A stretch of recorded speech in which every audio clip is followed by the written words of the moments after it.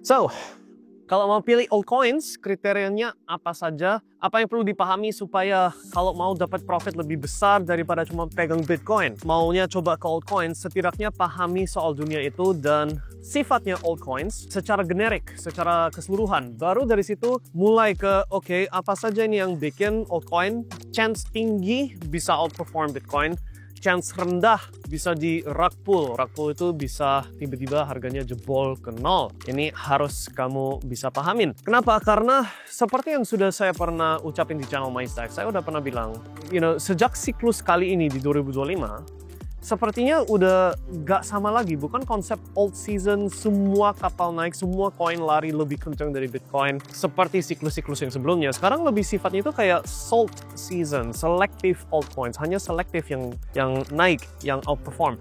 Bukan berarti semua koin gak ada yang naik, rata-rata naik, tapi patokannya bukan naik lawan dolar, patokannya itu naik lawan Bitcoin. So, contoh, kalau kita lihat chartnya Ethereum, itu satu contoh altcoin. Ethereum ada harga USD-nya. So saat ini aku lagi rekam di awal-awal Juni 2025, harganya sekitar $2.500 sekian per satu Ethereum. Tapi kalau kamu lihat chart yang lain namanya ETHBTC, ini harga Ethereum kalau dibandingin sama harga Bitcoin. Dan you bisa lihat sepanjang siklus kali ini 2025, Ethereum belum really outperform Bitcoin, justru underperforming. So walaupun harganya Ethereum ada kenaikan lawan dolar banding awal siklus kali ini hitungan dari 2022 ke 2025, lawan Bitcoin justru turun. Dan itu yang aku maksud salt season. Rata-rata altcoins naik lawan dolar kalau semua altcoins lagi mengalami yang namanya alt season. Tapi yang mengalahkan Bitcoin kenaikannya nggak banyak. Hanya beberapa nama individu. And by the way, ini aku taruh tangan di kantong karena ini udah musim dingin. Udah agak dingin ya, tapi bukan altcoins bentar lagi panas. So, gini, kriteria yang dipilih ada beberapa biji. Salah satunya, of course, kamu maunya altcoins yang lawan Bitcoin outperform, naiknya lebih tinggi banding Bitcoin. Di musim yang mana itu namanya alt season. So, gini loh, ayo udah research ribuan koin ada. Of course, kalau kamu ke coinmarketcap.com ada 10 juta nama koin atau apa ya. Jadi, untuk manual research satu persatu susah.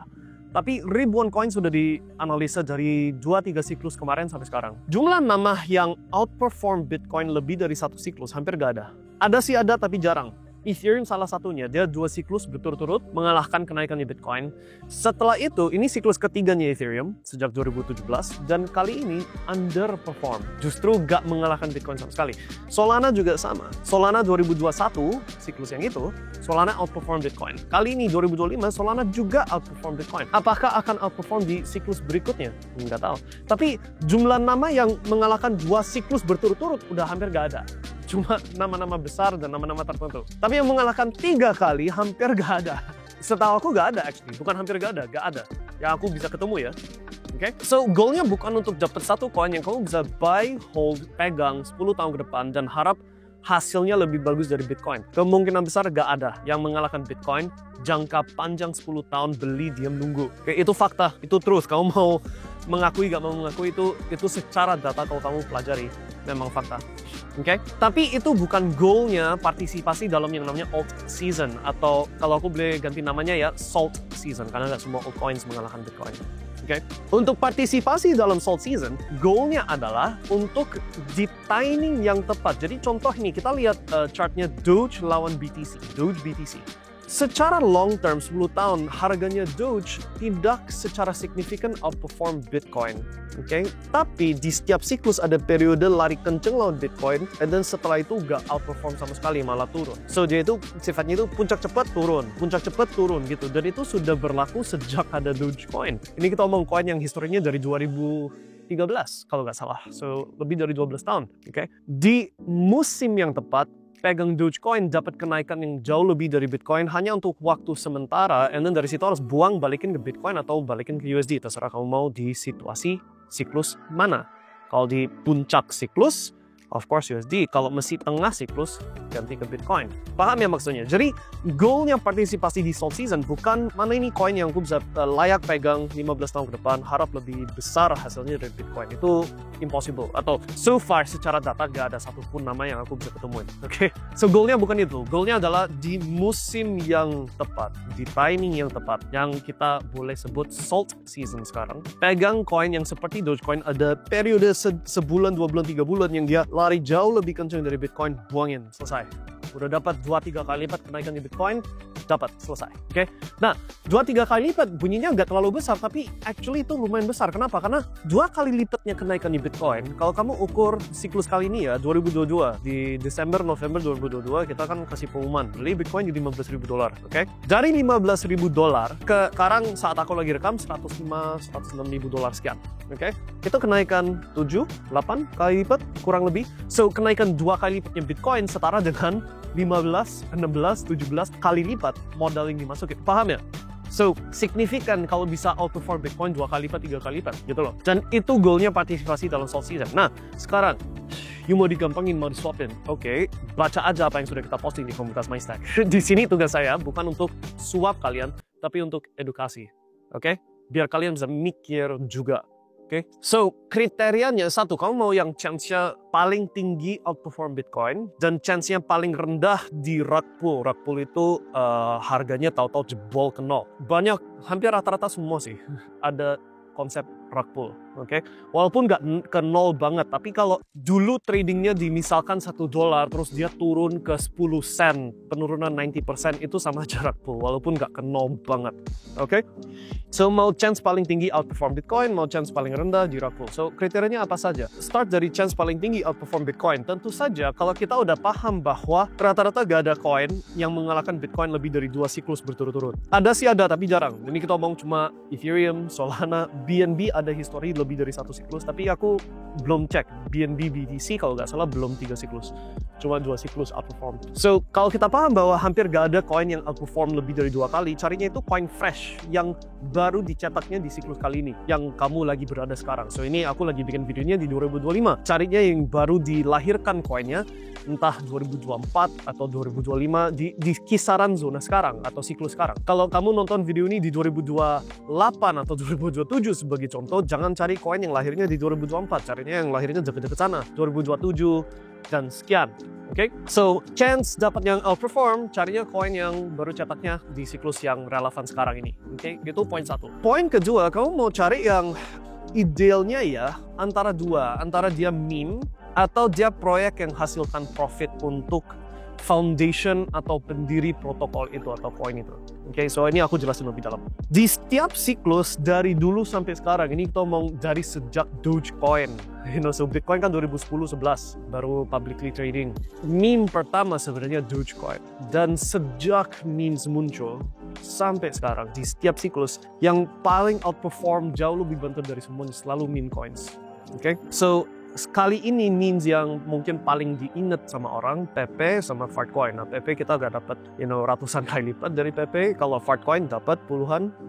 Ada beberapa yang dapat maybe hampir 100 karena mereka beli di $20 juta market cap di komunitasnya VIP. Tapi intinya adalah meme coins yang kemungkinan besar outperform di setiap siklus. Namun ini Juni 2025 udah dapat kenaikan itu. Paham ya? Fartcoin sudah dari 20 juta ke 2 miliar sekian. PP sudah dari market cap super kecil ke multi-miliaran dolar market cap, right? So dua-duanya sudah ada kenaikan. Chance dapat meme ketiga di Juni sampai akhir siklus kali ini sangat rendah.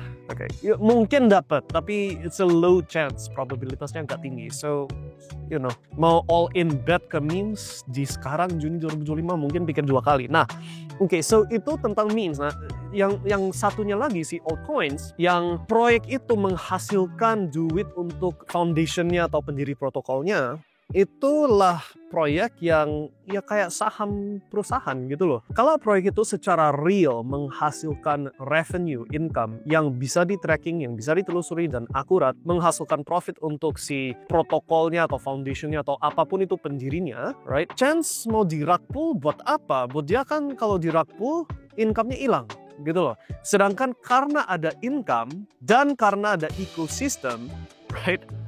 Maka memotivasikan orang untuk partisipasi dalam ekosistem tersebut atau network atau coin tersebut. Oke, itulah yang bukan meme coins. Tapi di setiap siklus cuma ada beberapa nama yang dapat kriteria itu. Oke, so dua itu yang jadi acuan atau patokan pertama. Dan of course kamu lihat ke apakah ada EVM-nya. EVM itu something virtual machine. Aku lupa E-nya apa. Tapi intinya itu dia itu ada ekosistem coin-coin di bawahnya jaringan itu. So di dalam Ethereum ada banyak coin di jaringan Ethereum. Di dalam jaringan Solana ada banyak coin di dalam jaringan Solana, termasuk Fartcoin.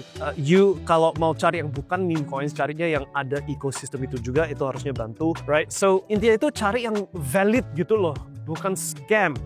Dan itu gampang ngomong, susah diterapin untuk yang nggak paham cara analisa dalam. Karena masalahnya di sini orang scam kan bahasa marketing gitu loh. Jadi ini udah ada EVM-nya, udah ada ini itu tapi orang biasa cuma anggap udah ada, oke aku cemplungin duit. Sedangkan harus ditelusuri apakah real, apakah benar gitu loh. Dan itu memang butuh bisa analisa lebih dalam. Nah, soal chance rug pull ya berhubungan sama yang aku ngomong tadi. Kalau meme coins selalu ada chance rug pull. Jadi yang kamu cari adalah yang bukan yang fair launch, yang supply-nya nggak di cuma 2, 3, 4, 5 dompet, terus setelah udah naik 20 kali lipat dompetnya dump semua memes itu. Carinya itu yang distribusinya itu adil, yang rata-rata user base-nya itu distribusinya sehat gitu loh. Itu yang chance paling rendah di rug pull. And then dari situ tinggal meme nama mana yang paling memeable. So mainnya itu di nama coinnya. Oke, nah tapi omong gitu si meme coins kali ini di Juni 2025 sudah chance tinggi udah habis gas, udah habis anginnya, udah habis tenaganya, udah habis. So harus carinya itu yang di lainnya. So itu yang sudah kita sharing dalam komunitas Mindstack. Apa itu coin yang kita sedang pilih? Again, ini aku bukan maksud ada old season yang semua coin mengalahkan Bitcoin. Kalau kita ngomong apakah semua altcoins naik lawan dolar di musim yang tepat, yes semuanya naik. Tapi kalau dibandingin sama kenaikannya Bitcoin, rata-rata kalah, kecuali beberapa nama tertentu. Oke, patokannya selalu Bitcoin, bukan dolar. So, kita udah share nama coin yang kita pribadi lagi masuk sekarang dalam komunitasnya VIP di Mindstack. Research yang barusan aku sebut belum lengkap kita sharing, tapi udah mulai sharing soal itu dalam komunitas kita. Dan itu tips tentang apa itu altcoins yang dipilih, yang dipilih mana kriterianya apa saja supaya kamu bisa outperform Bitcoin dan nggak kena rug pull. Oke, so salam sukses, semoga itu membantu kalian. Ini udah mulai hujan, so kita mungkin selesai di sini dulu. Sukses ya, dan see you next time. Bye.